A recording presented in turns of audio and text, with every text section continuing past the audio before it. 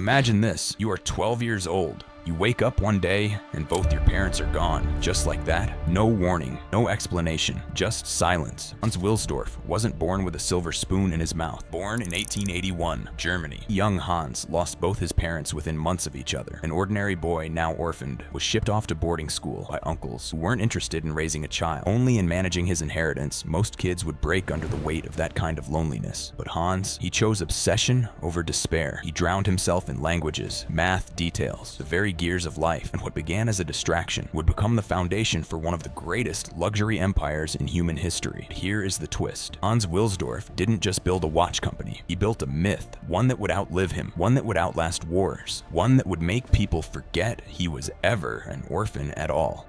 Rolex was not created in a factory. It was forged from trauma, refined in obsession, and powered by one man's war against time itself. Most people learn to read books. Hans Wilsdorf learned to read time after school. He didn't chase dreams. He chased mechanisms, moving to Switzerland, the land of ticking miracles. Hans landed a job at a watch export company called Kuno Korten.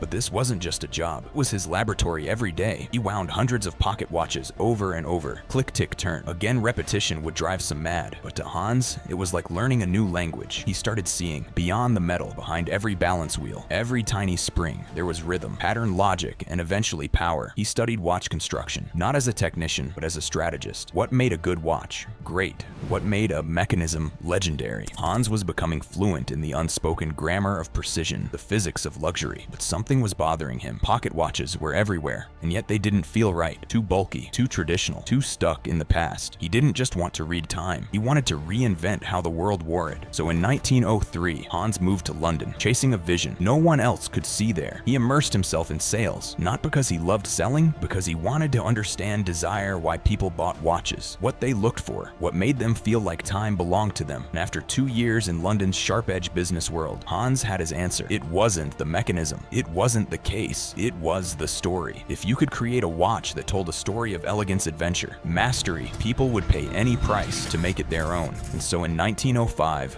with a modest savings account and a bold co-founder named Alfred Davis, Hans did something insane. He started his own company. 2 men, no factory, no brand, just vision behind their closed doors. Something revolutionary was beginning to tick.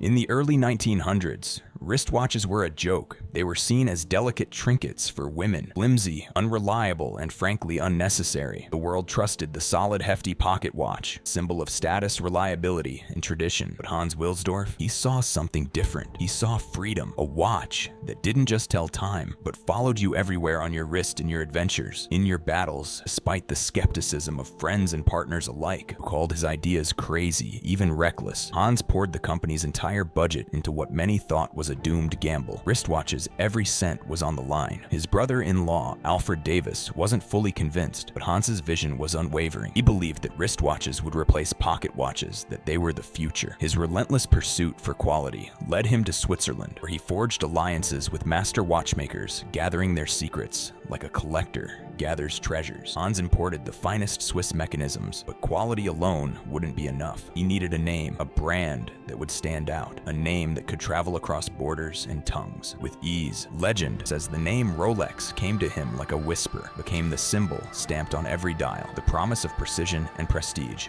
By 1910, Rolex earned the Swiss Certificate of Precision, a first for wristwatches. In 1914, a Rolex watch received the coveted Class A rating from the British Q Observatory, an honor no wristwatch had ever achieved. The doubters began to fall silent. World War I wasn't just a global battle, it was a turning point for Rolex.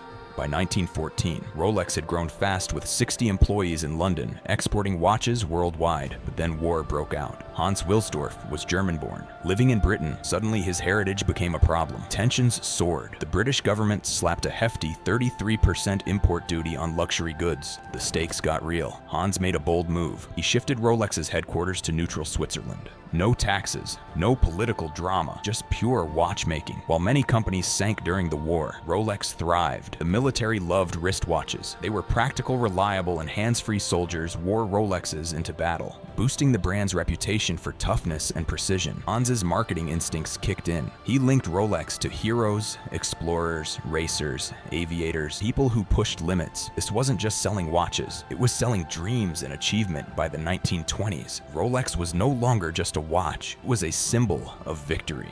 In 1926, Rolex dropped a bombshell, a watch so tough it defied water itself. They called it the Oyster, the world's first fully waterproof wristwatch. But a great invention needs a great story. Hans heard about Mercedes Gleitze, a young British swimmer attempting to cross the English Channel.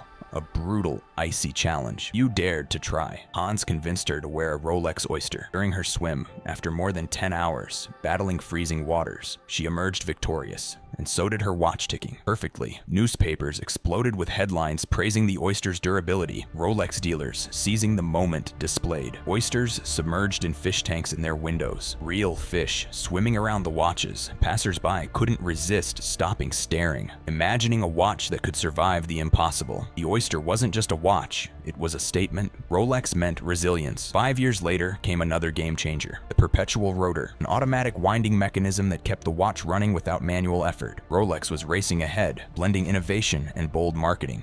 Rolex wasn't just about watches, it was about who wore them. Hans Wilsdorf knew the right endorsements could turn a good watch into a legend. In 1933, the first ever expedition to fly over Mount Everest sported Rolex Oysters on their wrists. High altitude, freezing cold. The watches performed flawlessly. Fast forward to 1935, and Malcolm Campbell smashed the land speed record in Utah, racing at 300 miles per hour, wearing a Rolex. These weren't just customers, they were pioneers, pushing the limits of human achievement. Rolex watches weren't tools anymore, they were badges of honor. Then in 1945, on Rolex's 40th anniversary, date just, the world's first automatic watch with a date window, a subtle yet revolutionary touch, combining style, precision, and practicality. But behind the brand's rising success, tragedy struck Hans personally. His wife, Florence, his lifelong partner, passed away. Orphaned, once widowed. Now Hans's own time was becoming precious. He began planning how to protect Rolex's future beyond his own lifetime.